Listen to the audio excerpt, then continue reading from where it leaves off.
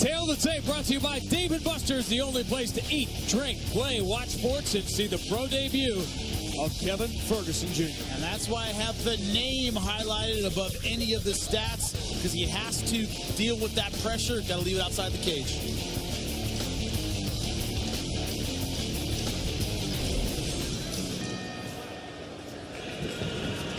And it begins.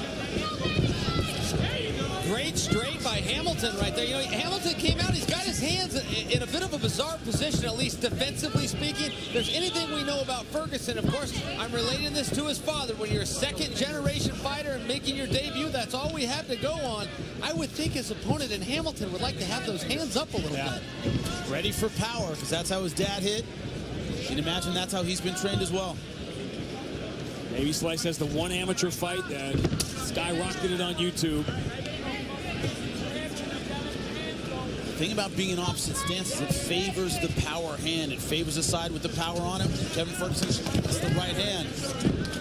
Nice takedown. And in with the right for the level change. Well, we're seeing that the nut did fall far from the tree on this one. Baby Slice Jr. going for the takedown. First takedown in family history, gentlemen. Very true, man. Committed to that double leg. Hamilton opens his guard here.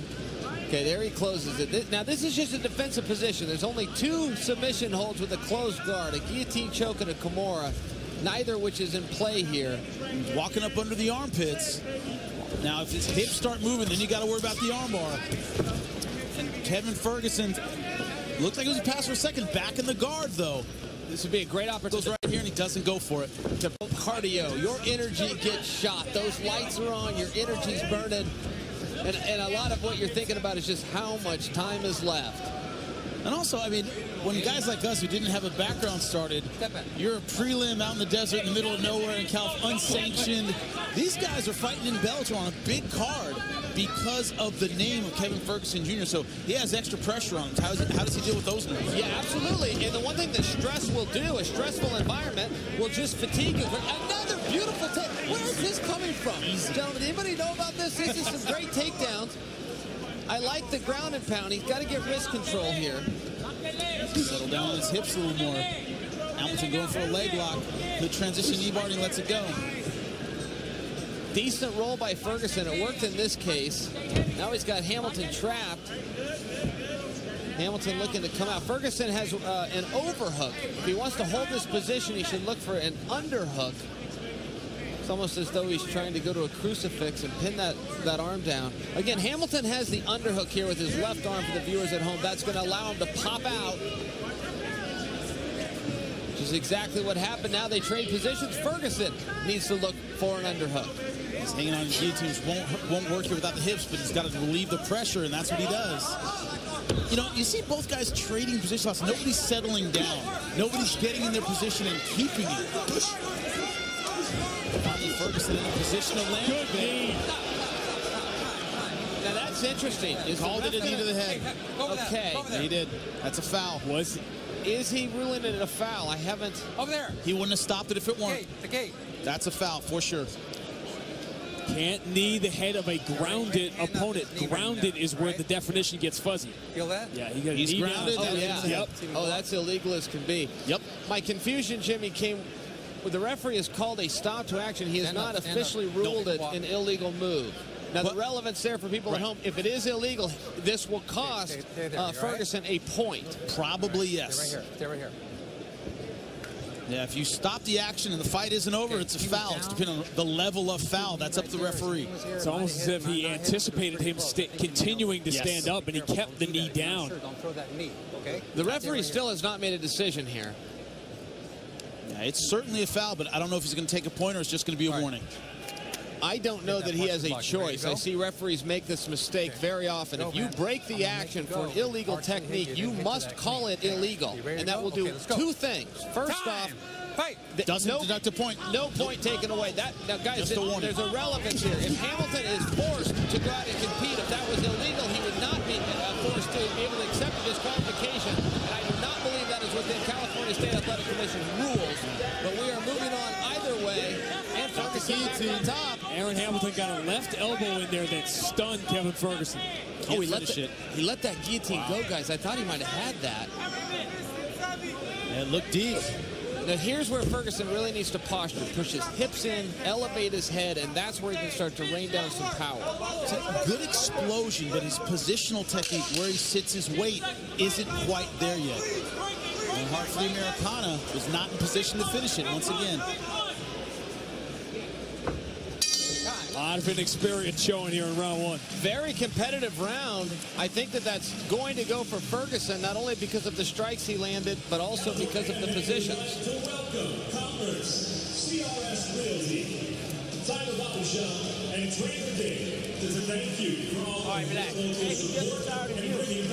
All right, here was the knee to the head of a grounded opponent as the right knee of Hamilton never got off the ground. Now, clearly illegal, but the referee didn't call it an egregious foul. Didn't think it was intentional. Did not cost him a point. That's huge. Yeah, and it also took it forced Hamilton to continue with the action and not even get his 5-minute rest there. I don't believe that that is the way the rule is written. Either way, we're going to move on. This was really the story of the round. Ferguson coming in, finding his range, and then he was able to grab his opponent from there and drag him to the ground. That kind of surprised all of us. Because, again, we thought he'd be fighting a little bit more like his dad. I prefer Junior style. I think it's a little bit more diverse, guys. Fight! And on to round two. A topsy-turvy roller coaster round one. And when you talk about settling down nerves and getting in your comfort zone, I don't think either fighter really found a comfort zone. They were moving a lot of different reversals and positions. So that first round cost a lot of gas for both guys. Yeah, that was definitely high pace, and we're seeing a little bit in Hamilton's body language right now. His hands are a little lower than they were. Oh, nice left hook. Next there, Ferguson pushes forward.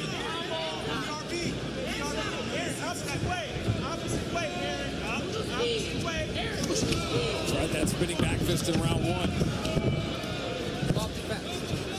Good tackle. Ferguson finds himself in another guillotine. This one doesn't look to be quite as tight as the one that he just found a way out of in the first round. Good hand control. Pops his head out. Now he wants to get Hamilton's back off the fence here. Again, this is the battle for this position. Hamilton wants to keep his back on the cage. Ferguson wants to get his back off the cage. We're not seeing those little technical details. He's not grabbing legs and pulling him off the fence. They're staying right here. It's easier for Hamilton to pop back to his feet.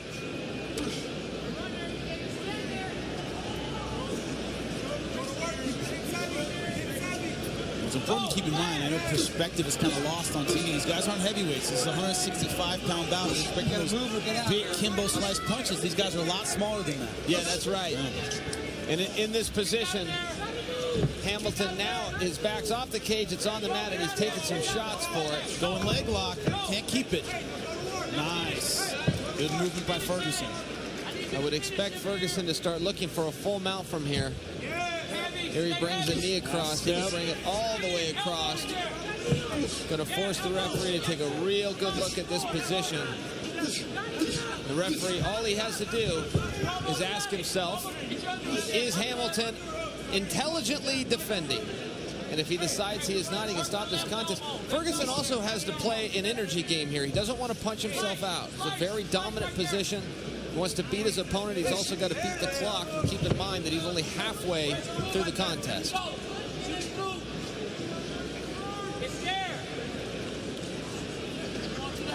Ferguson out front. There's some options here for Darce chokes. I would be surprised if that's in his repertoire.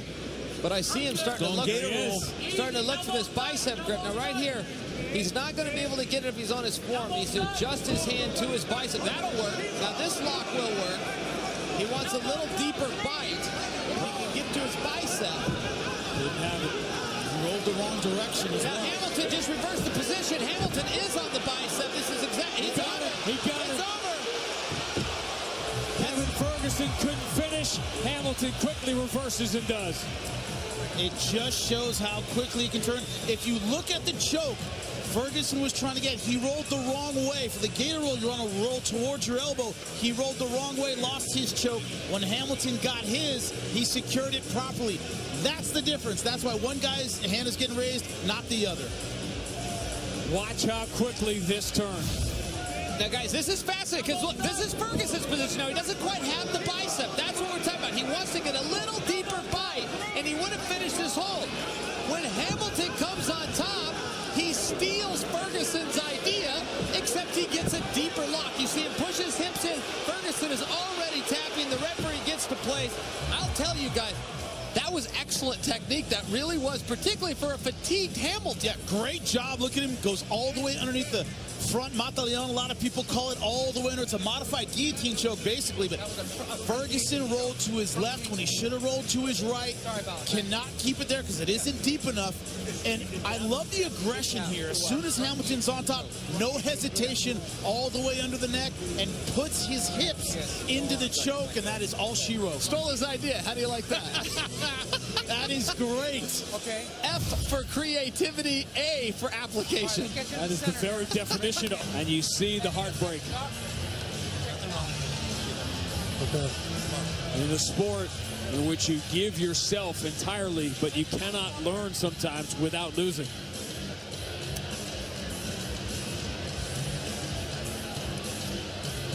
Michael C. Williams makes it official.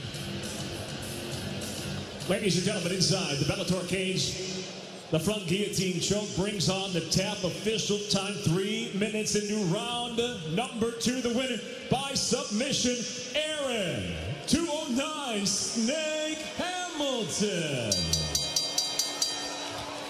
You often ask yourself, who would you rather be at the end of a fight? And Aaron Hamilton got the worst of most of the exchanges, but he pulls